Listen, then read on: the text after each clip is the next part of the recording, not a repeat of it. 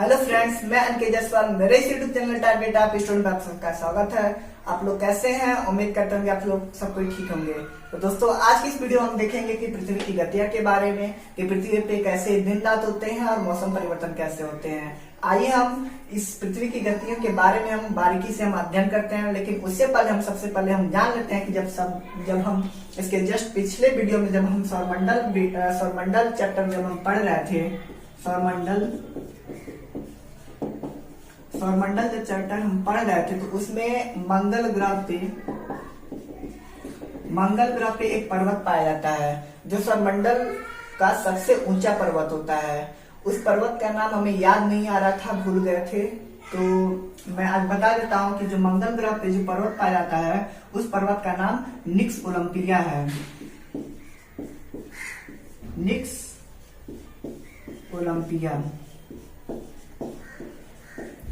Olympia है। यह जो पर्वत है, यह जो पृथ्वी है, पृथ्वी पे जो सबसे ऊंचा पर्वत है, उस सबसे ऊंचे पर्वत का नाम माउंट एवरेस्ट है। माउंट एवरेस्ट, जिसकी ऊंचाई है 8,848, लेकिन माना जाता है इसकी ऊंचाई 8,850 मीटर। ठीक है। इसकी सबसे ऊंची पर्वत जो पृथ्वी पे पाई जाती है वो माउंट एवरेस्ट है, जिसकी ऊंचाई 8,850 मीटर है। लेकिन ये जो निक्स ओलंपिया पर्वत है, यह माउंट एवरेस्ट से 3 गुना बड़ा है। निक्स ओलंपिया माउंट एवरेस्ट से 3 गुना बड़ा है। और यह कहाँ पाया जाता है? तो मंगल ग्रह पे पाया जाता है। सौरमंडल का सबसे ऊंचा पर्वत निक्स ओलंपिया है, जो मंगल ग्रह पे है। ठीक है। और जब हम बृहस्पति ग्रह हम बता रहे थे सौरमंडल में, बृहस्पति ग्रह, तो बृहस्पति ग्रह पे का एक उपग्रह है। बृहस्पति ग्रह का एक उपग्रह है जिसका नाम ग्वाइनिमीड है, जो हमने गलती से ग्वाइलिन बोल दिया था, नाम कंफ्यूज हो गए थे, हम ग्वाइलिन बोल दिए थे, जो कि गलत है, ये सही है। ठीक है। तो माफ कीजिएगा, हम गलती से ग्वालिन नाम बोल रहे थे, लेकिन बृहस्पति का जो उपग्रह है वो ग्वानिमीड उपग्रह है। यह सौरमंडल का सबसे बड़ा उपग्रह है। ठीक है। मतलब सौरमंडल में 8 ग्रह है। ठीक है। और जिनके उपग्रह हैं, उन उपग्रहों से सबसे बड़ा उपग्रह ग्वानिमीड उपग्रह है। ठीक है। यह ग्वानिमीड यह बृहस्पति ग्रह का उपग्रह है। ठीक है। तो अब हम पढ़ते हैं पृथ्वी की गतियां के बारे में, कि पृथ्वी पे दिन कैसे होते हैं और रात कैसे होते हैं और मौसम परिवर्तन कैसे होते हैं। ठीक है। तो पृथ्वी जो हमारी होती है वो 2 तरह की गति करती है। एक घूर्णन गति करती है और एक परिक्रमण गति करती है। घूर्णन गति और परिक्रमण गति के कारण ही पृथ्वी पर दिन रात और मौसम परिवर्तन होते हैं। ठीक है। पहला जो गति करती है वो घूर्णन गति करती है। घूर्णन गति करती है, या इसे दैनिक गति भी कहते हैं। दैनिक गति भी कहते हैं। और दूसरा जो करती है उसे परिक्रमण गति भी कहते हैं। परिक्रमण गति कहते हैं। जो दूसरा गति करती है वो परिक्रमण गति होती है। और इन्हीं 2 गतियों के कारण पृथ्वी पर दिन रात और मौसम परिवर्तन होते हैं। आइए हम जानते हैं कि घूर्णन गति क्या होता है और परिक्रमण गति क्या होता है। ठीक है। जो हमारा पृथ्वी है, ये सब कुछ कीजिए, ये हमारा पृथ्वी है, ये हमारा पृथ्वी है। पृथ्वी अपने अक्ष पर चक्कर लगाती है, घूर्णन करती है अपने अक्ष पर, पश्चिम से पूर्व की दिशा की ओर, पश्चिम से पूर्व दिशा की ओर, पश्चिम से पूर्व की दिशा की ओर पृथ्वी अपने ही अक्ष पर घूर्णन कर रही है, चक्कर कर रही है। और एक चक्कर 24 घंटा पूरा करती है, 24 घंटा पूरा करती है। ठीक है। और ये माना जाता है कि 23 घंटा, क्लियरिटी टाइम इसका 23 घंटा 56 मिनट है। लेकिन माना कितना जाता है? लगभग 24 घंटा में ये पृथ्वी अपने अक्ष पर एक चक्कर लगा लेती है। और घूर्णन के कारण ही पृथ्वी पे दिन रात होते हैं, ठीक है। और जो हमारा पृथ्वी है, जैसे लट्टू अपने अक्ष पर जैसे चक्कर लगाता है, जैसे हम लोग लट्टू नचाते हैं तो वो अपने ही अक्ष पे चक्कर लगाने लगता है, अपने ही अक्ष पे घूमता है। तो उसी की भांति ही पृथ्वी अपने ही अक्ष पे घूमती है। और ये किस दिशा में घूमती है? तो पश्चिम से पूर्व की तरफ अपने ही अक्ष पे घूमती है। जब मैं सौरमंडल चैप्टर पढ़ा रहा था तो उसमें हम बताए थे कि दो ऐसे उपग्रह हैं जो पूर्व से पश्चिम की दिशा की ओर, पूर्व से पश्चिम की दिशा की ओर चक्कर लगा रहे हैं अपने ही अक्ष पे। तो वो दो ग्रह कौन से हैं? आप उस दो ग्रहों के नाम कमेंट में दे दीजिएगा, बता दीजिएगा कि दो उपग्रह कौन है, दो ग्रह कौन है, ठीक है। देखते हैं कौन कौन बता देता है। अब हम लोग देखते हैं कि परिक्रमण गति क्या होता है। दूसरा परिक्रमण गति, परिक्रमण गति क्या होता है?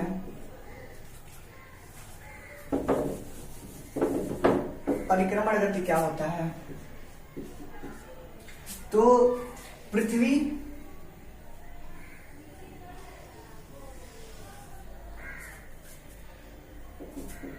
ये सूर्य है, ये पृथ्वी है, पृथ्वी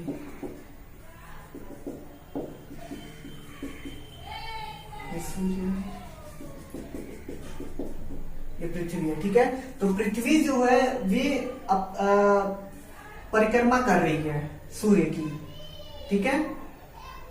तो इस घटना को हम परिक्रमण गति कहते हैं। पृथ्वी सूर्य की परिक्रमा कर रही है और यह परिक्रमा 365 दिन में पूरा करती है, ठीक है। पृथ्वी अपने अक्ष पे घूर्णन करते हुए सूर्य की परिक्रमा करती है और यह परिक्रमा 365 दिन में पूरा करती है। एक परिक्रमा 365 दिन में पूरा करती है, 365 दिन 6 घंटा में पूरा करती है, ठीक है। और बात करते हैं 365 दिन 6 घंटे की। तो आप लोग सब कोई जानता होगा कि 365 दिन में सूर्य पृथ्वी चक्कर लगाता है सूर्य का, एक परिक्रमा यानी एक चक्कर पूरा कर लेता है 365 दिन में, यानी एक वर्ष में। और एक वर्ष जो होता है, एक वर्ष में पृथ्वी सूर्य की चक्कर लगा लेती है और इसी एक वर्ष में चक्कर लगा लेती है, इसलिए इसे वार्षिक गति भी कहते हैं, वार्षिक गति भी कहते हैं इसको, ठीक है। तो आप समझते होंगे कि ये 6 घंटा कहा गया। तो हम लोग देखते हैं कि जो शुरू के 3 वर्ष 365 दिन के होते हैं, ठीक है। और जो चौथा वर्ष हो जाता है वो 366 दिन का होता है।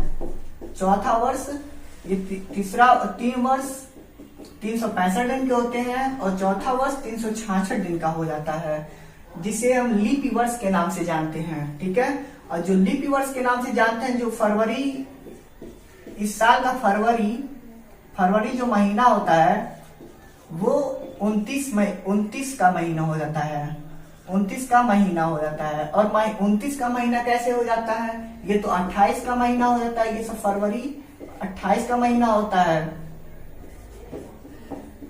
फरवरी 28 का महीना होता है। तो ये कैसे 29 महीना हो जाता है? 29 का महीना कैसे हो जाता है? तो ये 6 घंटा जो है वो, जैसे एक वर्ष में 6 घंटा, फिर दूसरे वर्ष में 6 घंटा, फिर तीसरे वर्ष में जो 6 घंटा होता है, फिर चौथे वर्ष में जो 6 घंटा होता है, उन पूरे घंटों को जोड़ लिया जाता है, जो एक दिन हो जाता है, 24 घंटा हो जाता है, जिसको एक दिन कहते हैं, एक दिन कहते हैं। और वही एक दिन इसमें जुड़ जाता है, 365 प्लस 1, 366 दिन का चौथा वर्ष हो जाता है, ठीक है। इसी के कारण फरवरी जो हमारा होता है वो, फरवरी जो होता है वो 29 का महीना हो जाता है, 29 का महीना हो जाता है चौथे वर्ष में, ठीक है। और जो हमारा पृथ्वी है वो सूर्य की परिक्रमा कर रही है, वो अंडाकार पथ पर चक्कर लगा रही है सूर्य, वो गोलाकार में चक्कर नहीं लगा रही है, वो अंडाकार गोल मतलब गोल की तरफ चक्कर नहीं लगा रही है सूर्य, वो अंडाकार में सूर्य की चक्कर लगा रही है पृथ्वी। ठीक है,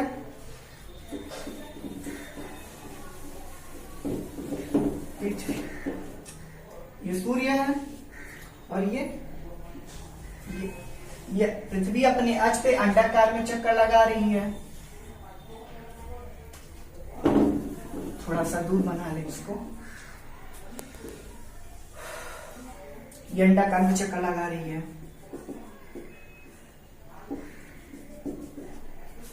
अंडाकार में चक्कर लगा रही है तो कभी कभी पृथ्वी जो होती है वो सूर्य के एकदम नजदीक चली जाती है और कभी कभी सूर्य से एकदम दूर चली जाती है। जो जब नजदीक चली जाती है तो उसे हम उपसौर कहते हैं, उपसौर कहते हैं, और जब दूर चली जाती है उसे हम अपसौर कहते हैं, अपसौर कहते हैं। उपसौर की घटना कब होती है? 3 जनवरी को होती है और अपसौर की घटना 4 जुलाई को होती है। ठीक है, जो उपसौर यानी जब पृथ्वी सूर्य के एकदम नजदीक चली जाती है तो उसकी जो दूरी होती है वो 14 करोड़ 7 लाख किलोमीटर समथिंग हो जाती है। और जो जब पृथ्वी सूर्य से, ये सूर्य है, सूर्य से जब दूर चली जाती है तो उसकी जो दूरी हो जाती है वो 15 करोड़ 21 लाख किलोमीटर की हो जाती है। जब हम सौरमंडल चैप्टर पढ़ा रहे थे तो उसमें हम बताए थे। ठीक है, और एक होती है औसत दूरी, यानी औसत दूरी होती है, उसकी जो दूरी होती है वो 14 करोड़ 95 लाख 97,000 समथिंग कुछ किलोमीटर होती है। ठीक है, तो जो पृथ्वी होती है जब पृथ्वी के एकदम नजदीक, जब सूर्य के एकदम नजदीक हो जाती है तो उसे उपसौर कहते हैं। और जब अपसौर किसे कहते हैं? तो जब सूर्य से एकदम पृथ्वी जब दूर चली जाती है तो उसे अपसौर कहते हैं। और उपसौर को कैसे हम याद कर सकते हैं? तो उप माने नीचे यानी ऊपर धर्मांतरी ऐसे याद कर सकते हैं, और अप माने ऊपर यानी सबसे दूर चली जाती है तो हम ऐसे याद कर सकते हैं। ठीक है, आइए हम समझते हैं कि पृथ्वी पे दिन रात कैसे होती है। अब अगला टॉपिक हम देखते हैं, दिन रात की अवधि में अंतर। दिन और रात की अवधि में अंतर, अवधि में अंतर। ठीक है, तो ये हमारा सूर्य है,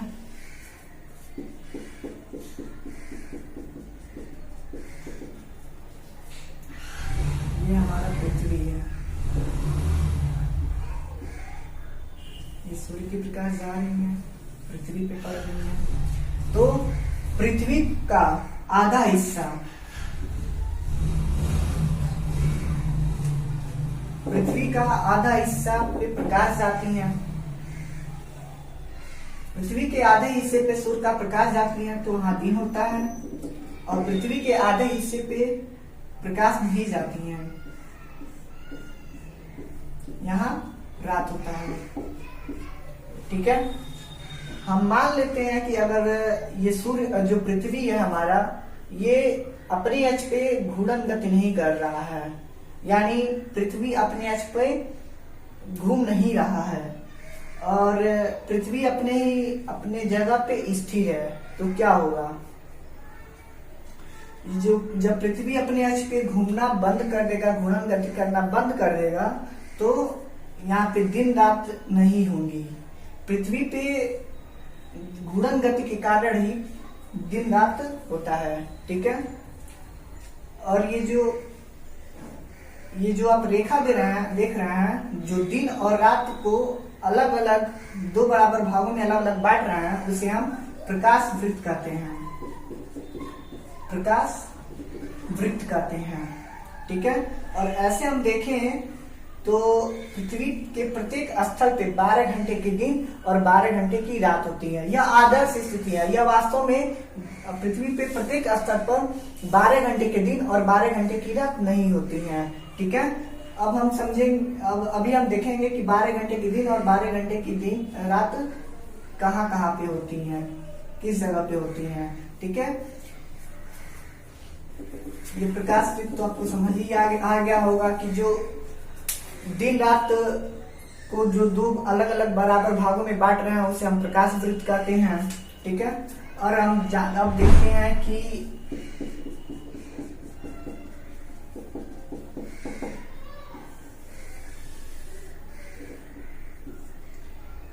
ये जा रहा है, अगर जो हमारा उत्तरी ध्रुव है, उत्तरी ध्रुव यहाँ उत्तरी ध्रुव है, यहाँ नॉर्थ पोल है, यहाँ साउथ पोल है, जो हमारा पृथ्वी है वो 23.5 डिग्री झुका हुआ है अपने अक्ष पे।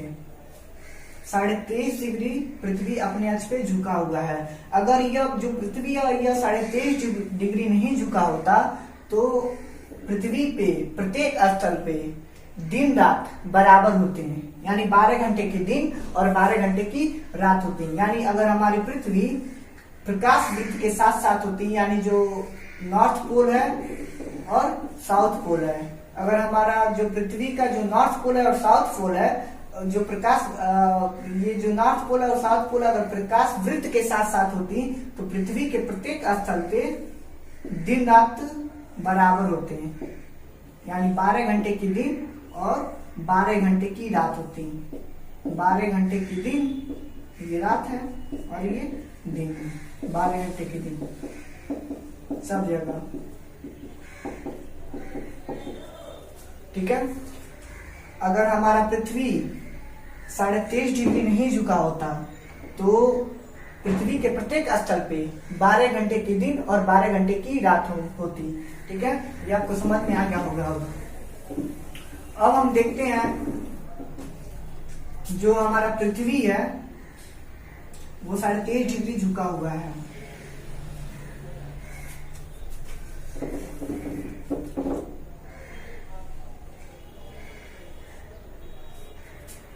साढ़े 23 डिग्री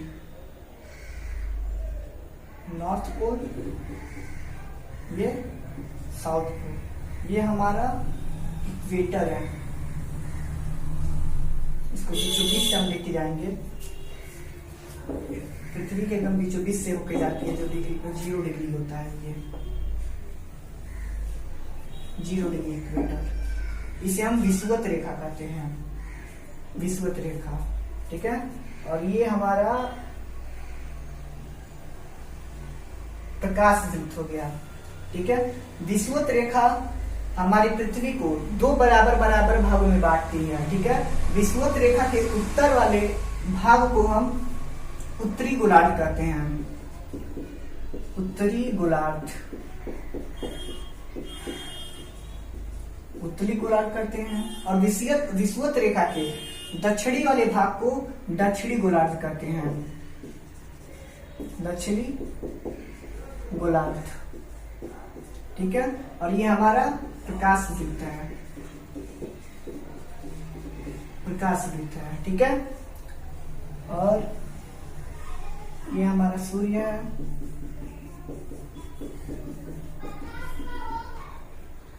सूर्य की किरणें जा रही है। ठीक है,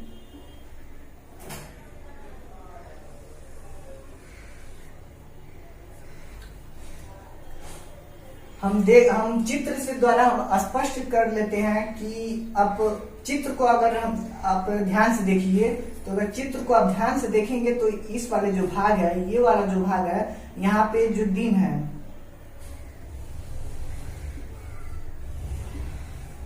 ये अक्षांश रेखाएं हैं, जो दिन है वो काफी बड़े हैं। देखिए ये दिन बड़े हैं, रातें छोटी हैं, दिन बड़े हैं, रातें छोटी हैं। और दक्षिणी गोलार्ध में देखें तो जो दिन है वो छोटे हैं और रातें बड़ी हैं, रातें बड़ी हैं, दिन छोटे हैं। और विषुवत रेखा पर हमेशा 12 घंटे की रातें होती हैं और 12 घंटे की दिन होती हैं। ठीक है, और विषुवत रेखा के उत्तर की तरफ हम बढ़े तो 14 घंटे की दिन हो जाती हैं और 10 घंटे की रातें होती जाती हैं। फिर उत्तर पे बढ़े तो 20 घंटे की दिन हो जाती हैं और 4 घंटे की रात हो जाती हैं। और विषुवत रेखा के अगर दक्षिण में बढ़े तो 12 घंटे की रात हो जाती है, 10 घंटे की रात हो जाती है और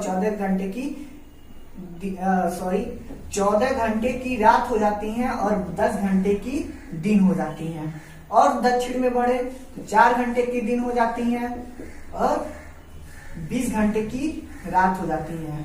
हम चित्र से हम स्पष्ट कर लेते हैं कि हम देख रहे हैं कि जब हम उत्तरी गोलार्ध के विषुवत रेखा के उत्तर में बढ़ रहे हैं तो दिन बड़े और रातें छोटी होती जा रही हैं, और विषुवत रेखा के अब दक्षिण में हम बढ़ रहे हैं तो रातें छोटी और जो रातें हैं वो बड़ी होती चली जा रही हैं और जो दिन है वो छोटी होती चली जा रही हैं। ठीक है, ये हम चित्र द्वारा स्पष्ट आप लोग कर सकते हैं। देखिए यहाँ पे सूर्य की प्रकाश अधिक जा रही है, इधर तो दिन बड़ी हो जा रही है, रातें छोटी हो जा रही हैं।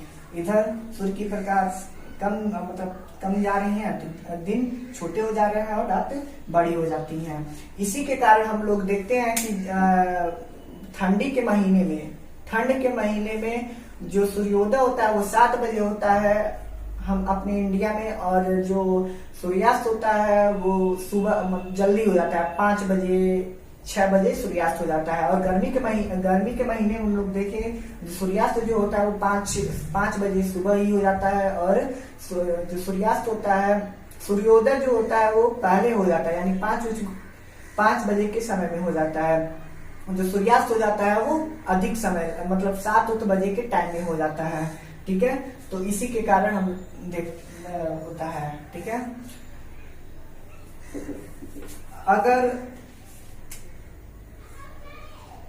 अगर हमारा पृथ्वी जो है,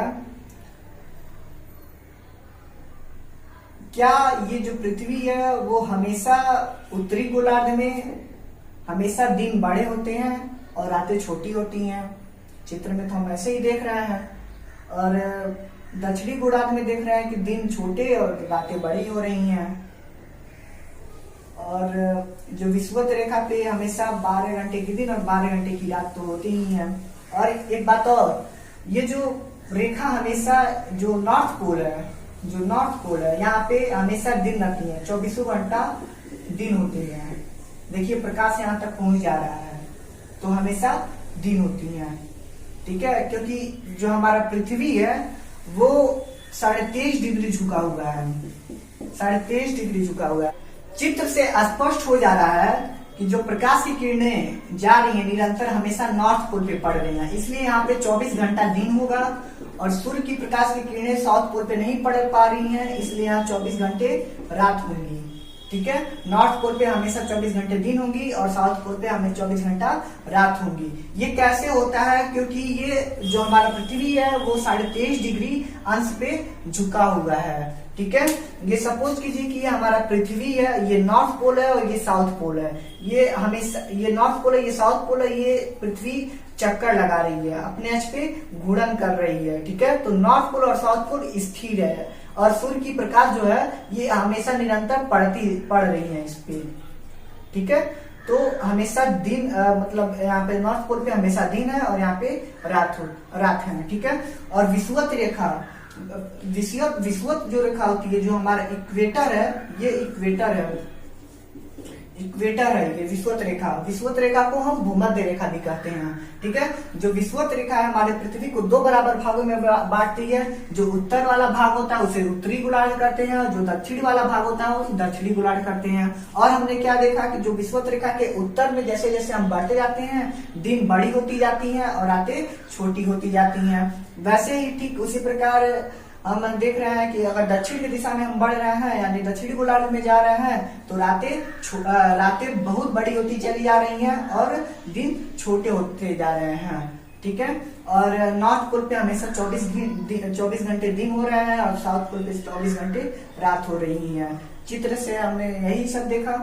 और क्या 24 घंटे दिन नॉर्थ पोल पे क्या 24 घंटे दिन होती हैं और क्या साउथ पोल पे 24 घंटे रात होती हैं? चित्र में से तो हम तो यही देख रहे हैं कि 24 घंटे दिन नॉर्थ पोल पे हो रही हैं और साउथ पोल पे 24 घंटे रातें होती हैं। ये निरंतर हमेशा इसी तरह होती हैं। और क्या ये जो दिन उत्तरी गोलार्ध में दिन हमेशा बड़े होते हैं और रातें छोटी होती हैं?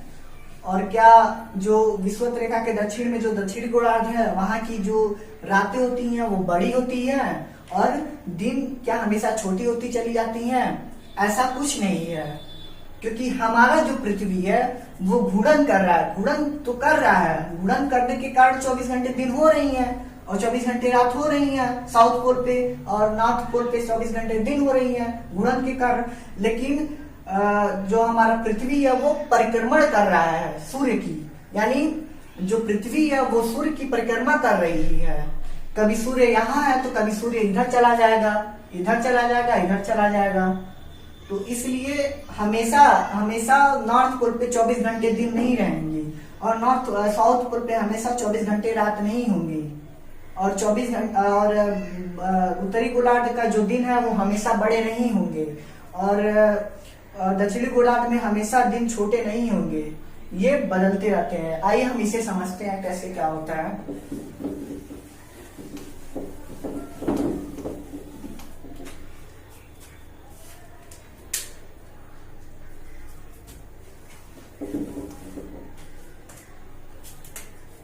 ये हमारा सूर्य है, ठीक है। थोड़ा हम इधर बना लेते हैं। ये हमारा सूर्य है, पृथ्वी है ये हमारा।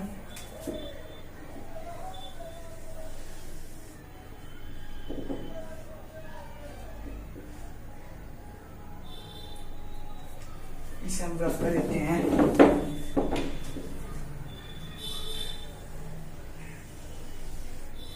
ठीक है, ये जो है ये हमारा इक्वेटर हो गया, यानी विषुवत रेखा हो गया। विषुवत रेखा को हम भूमध्य रेखा भी कहते हैं, ठीक है।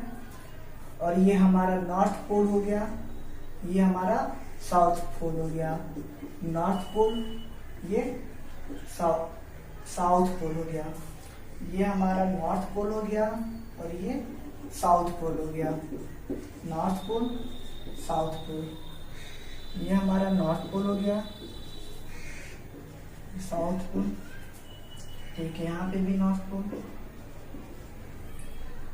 यहाँ भी साउथ पोल। ये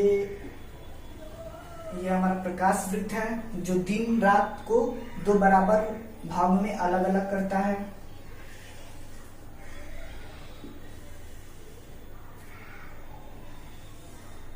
ठीक है,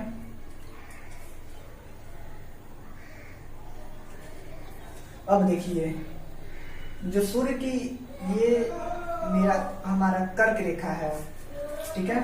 और ये मकर रेखा है। ये कर्क रेखा है और ये मकर रेखा है।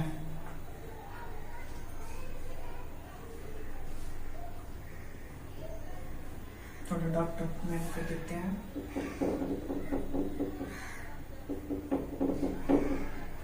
ठीक है,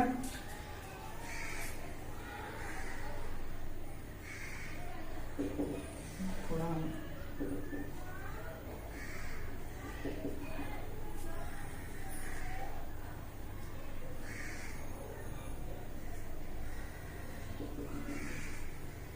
देखिए सूर्य की लंबवत किरणें कर्क रेखा पे पड़ रही हैं। यहाँ पे सूर्य की किरणें लंबवत किरणें मकर रेखा पे पड़ रही हैं। यहाँ पे लंबवत किरणें पड़ रही हैं। ये विषुवत रेखा से लंबवत किरणें पड़ रही हैं। ये कर्क रेखा है,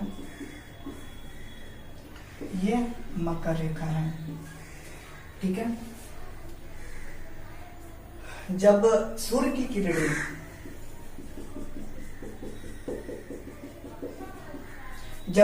किरणें जब कर्क रेखा पर लंबवत पड़ती हैं तो उत्तरी गोलार्ध में जो दिन होते हैं वो बड़े होते हैं, और जब सूर्य की किरणें, लंबवत किरणें मकर रेखा पे पड़ती हैं तो दक्षिणी गोलार्ध में जो दिन होते हैं वो बड़े हो जाते हैं, रातें छोटी हो जाती हैं, और उत्तरी गोलार्ध में दिन छोटे हो जाते हैं और रातें बड़ी हो जाती हैं। देखिए, देख लीजिए कैसे, ये देखिए, ये 24 घंटा हमेशा दिन है यहाँ पे। इसके पिछले वाले जैसे वीडियो हम देखें, ये देखिए यहाँ पे रातें हो जा रही हैं, और ठीक है, और ये देखिए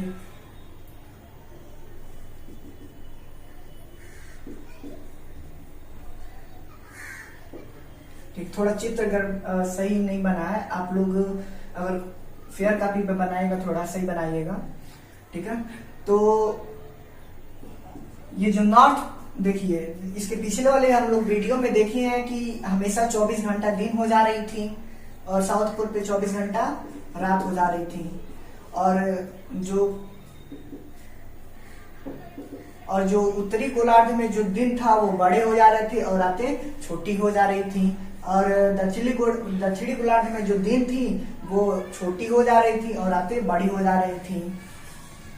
तो हमेशा नहीं होता है ऐसे, क्योंकि पृथ्वी जो होता है वो परिक्रमण कर रहा है, सूर्य की परिक्रमा कर रहा है, परिक्रमण गति भी कर रहा है। घूर्णन गति करने के साथ साथ क्या कर रहा है, परिक्रमण गति भी कर रहा है। ये जो स्थिति जब सूर्य की लंबवत किरणें कर्क रेखा पे पड़ती हैं, जब कर्क रेखा पर पड़ती हैं तो जो उत्तरी गोलार्ध का जो दिन होता है वो बड़ा होता है और रातें छोटी हो जाती हैं। दक्षिणी गोलार्ध में दिन छोटे और रातें बड़ी हो जाती हैं, ठीक है। और कर्क रेखा पर कब पड़ती है तो 21 जून को, यहाँ पे लिख देते हैं, 21 जून को सूर्य की किरणें, लंबवत किरणें कर्क रेखा पे पड़ती हैं, और मकर रेखा पर 22 दिसंबर को सूर्य की लंबवत किरणें मकर रेखा पे पड़ती हैं, और विषुवत रेखा पर लंबवत किरणें कब पड़ती हैं तो 21 मार्च को, और लंबवत किरणें जब विषुवत रेखा पर यहाँ पड़ेंगी तो ये 23 सितंबर को पड़ती हैं, 23 सितंबर को पड़ती हैं। जब सूर्य की प्रकाश की किरणें लंबवत पड़ती हैं मकर रेखा पर 22 दिसंबर को पड़ती हैं, और 21 मार्च को सूर्य की लंबवत किरणें विषुवत रेखा पे पड़ती हैं, और 21 जून को सूर्य की लंबवत किरणें कर्क रेखा पे पड़ती हैं, और 23 सितंबर को फिर से विषुवत रेखा पर लंबवत किरणें पड़ती हैं, ठीक है। ठीक 6 महीना, देखिए 3 महीना बाद यहाँ पे मकर रेखा पड़ रही है, ठीक है, मकर रेखा पर लंबवत किरणें पड़ रही हैं। फिर 3 महीने बाद 21 मार्च आते आते अब विषुवत रेखा पे लंबवत किरणें पड़ने लग रही हैं। 3 महीने बाद कर्क रेखा पर पड़ रही हैं सूर्य की प्रकाश की किरणें। फिर 3 महीने बाद 23 सितंबर आते आते सूर्य की प्रकाश की किरणें विषुवत रेखा पे पड़ रही हैं। तो ठीक है, इसी तरह ऐसे चलता रहता है। तो चित्र से ये स्पष्ट हो गया होगा कि जो दिन और रात होती हैं, जो दिन है नॉर्थ पोल पे हमेशा दिन रहती हैं। जब सूर्य की प्रकाश की किरणें, ऐसे हम समझ सकते हैं कि जब सूर्य की प्रकाश की किरणें जब कर्क रेखा पर पड़ेंगी, लंबवत पड़ेंगी कर्क रेखा पर, तो 24 घंटे दिन होंगे नॉर्थ पोल पे, और साउथ पोल पे 24 घंटे रात होंगी। और फिर 6 महीने बाद जब सूर्य की प्रकाश की किरणें मकर रेखा पे पड़ेंगी, तब नॉर्थ पोल पे हमेशा 24 घंटा रात होंगी और 24 घंटा साउथ पोल पे दिन होंगी, ठीक है। और कर्क रेखा पर जब सूर्य की प्रकाश की किरणें लंबवत पड़ती हैं तो जो उत्तरी गोलार्ध होता है दिन बड़ा हो जाता है और रातें छोटी हो जाती हैं। यहाँ पे जब सूर्य की प्रकाश की किरणें मतलब मकर रेखा पे पड़ती हैं तो दिन जो होता है दक्षिणी गोलार्ध का बड़ी हो जाती हैं और रातें छोटी हो जाती हैं। नॉर्थ पोल में दिन छोटी हो जाती हैं और रातें बड़ी हो जाती हैं, ठीक है। इसी के कारण यहाँ पे ठंडी में हम लोग देखते हैं कि दिसंबर में देखते हैं कि रातें बहुत बड़ी हो जाती हैं और दिन छोटे होने लगते हैं, तो इसी के कारण होने लगते हैं। यहाँ पे भी वही परिस्थिति है। जब हम जून जुलाई के मौसम में हम देखते हैं जो दिन होता है वो काफी बहुत बड़ा हो जाता है और रातें छोटी होने लगती हैं। ठीक है, ये हमारा भारत है। ठीक है, भारत है। भारत हमारा जो देश है, वहां से जो कर्क रेखा है वो 8 राज्यों से होकर गुजरती है। अभी हम चित्र के द्वारा, हम आपको मैप के द्वारा हम आपको बता देते हैं। पहले हम इस कॉन्सेप्ट को हम क्लियर कर देते हैं। ठीक है, आइए हम इसे एक बार रिपीट कर देते हैं। ठीक है, चित्र में हम देख रहे हैं कि जो हमारा पृथ्वी है वो 23.5 डिग्री झुका हुआ है। 23.5 डिग्री झुका हुआ है और इसी झुकाव के कारण जो हमारा प्रकाश, जो सूर्य है, सूर्य की जो प्रकाश है वो कर्क रेखा पर पड़ रही है लंबवत। ठीक है, फिर 6 महीने बाद मकर रेखा पर लंबवत पड़ रही है।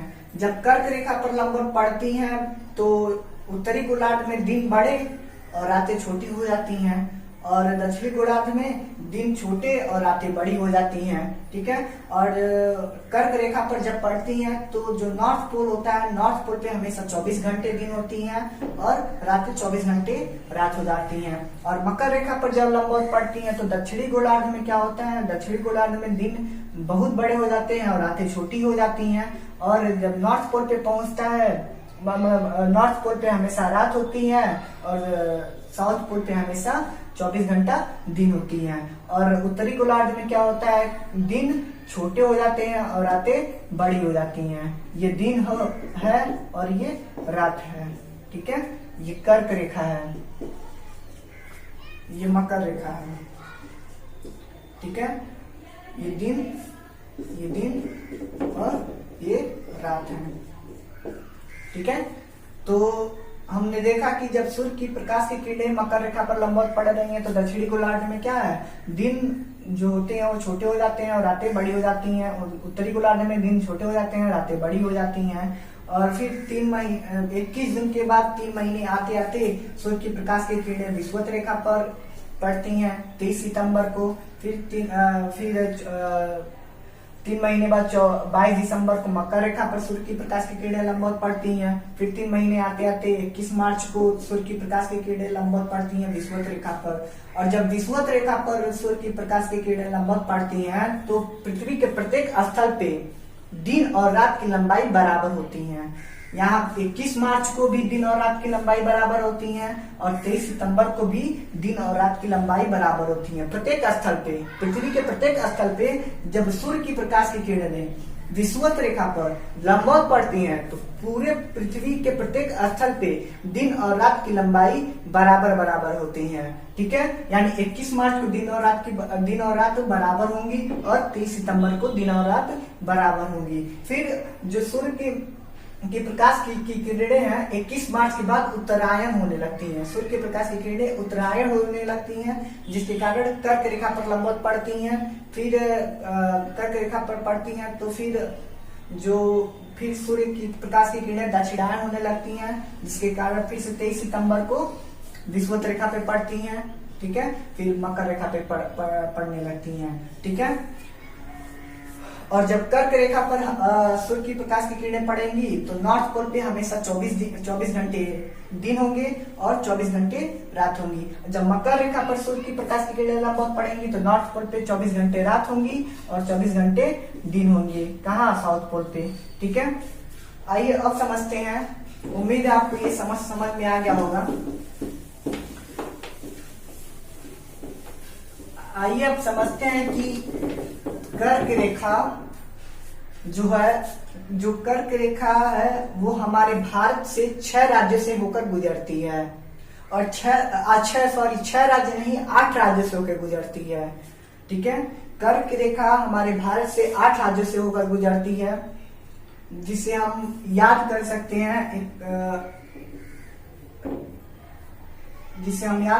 हैं एक नाम से, मित्र पे गमछा झार। मित्र पर गमछा झार। ठीक है,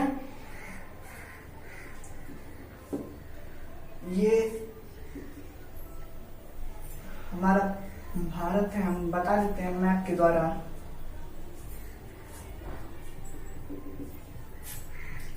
कि कर्क रेखा भारत के किन किन राज्यों से होके गुजरती है, ठीक है।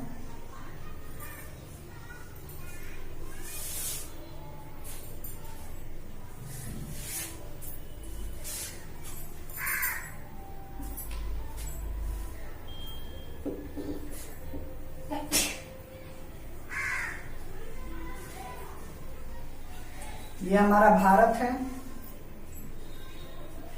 ठीक है। यहाँ पे गुजरात है। पहले हम देख लेते हैं कि मित्र पर गमछा झाड़ का मतलब क्या होता है। कौन कौन से राज्य होते हैं। मी से मतलब मिजोरम, मिजोरम। प से पश्चिम बंगाल, पश्चिम बंगाल। र से राजस्थान, राजस्थान। ग से गुजरात, गुजरात। म से मध्य प्रदेश। हम लोग ऐसे ट्रिक बना के हम लोग भी याद कर सकते हैं। छ से छत्तीसगढ़। देखिए कितना आसानी से याद हो जा रहा है। झ से झारखंड, झारखंड। देखिए कितना राज्य हुआ। सॉरी, त्र छूट गया। त्र से त्रिपुरा, त्रिपुरा। 1 2 3 4 5 6 7 8 राज्य हो जा रहे हैं, ठीक है। तो कर्क रेखा हमारे भारत से 8 राज्यों से होकर गुजरती है, ठीक है। ये हमारा इक्वेटर है, सॉरी कर्क रेखा है, ये कर्क रेखा है, ठीक है। तो कर्क रेखा जो है वो हमारे भारत से 8 राज्यों से होकर गुजरती है। यहीं पे गुजरात से होकर गुजरती है। देखिए गुजरात है। राजस्थान से होकर गुजरती है, ठीक है। राजस्थान है। फिर मध्य प्रदेश है, ये हमारा मध्य प्रदेश है, ठीक है। छत्तीसगढ़ है, यहीं पे छत्तीसगढ़ है, ठीक है। झारखंड है, यहीं पे झारखंड है। फिर पश्चिम बंगाल है, ये हमारा यहीं पे पश्चिम बंगाल है। और फिर त्रिपुरा ये है, ये हमारा मिजोरम है। तो भारत के 8 राज्यों से होकर गुजरती है कर्क रेखा, ठीक है। और ऐसे हम ट्रिक बना के हम लोग याद करेंगे तो और आसानी से याद हो सकता है। मित्र पे गमछा याद, ठीक है। तो अभी एक टॉपिक और छूटा है, मौसम परिवर्तन। मौसम परिवर्तन। तो वीडियो ज्यादा बड़ा हो जा रहा है, इसलिए मौसम परिवर्तन को नेक्स्ट वीडियो हम देखेंगे, नेक्स्ट पार्ट में देखेंगे। ये पार्ट फर्स्ट हो जाएगा और जब हम मौसम परिवर्तन का जब हम वीडियो बनाएंगे वो पार्ट सेकंड हो जाएगा, ठीक है। तो उम्मीद है आपको इस वीडियो का सारा टॉपिक आपको समझ में आया होगा, आपको अच्छा लगा होगा। तो लाइक कीजिएगा, कमेंट कीजिएगा, शेयर कीजिएगा। तब तक के लिए मस्त रहिए, सतर्क रहिए और सावधान रहिए। Thank you very much.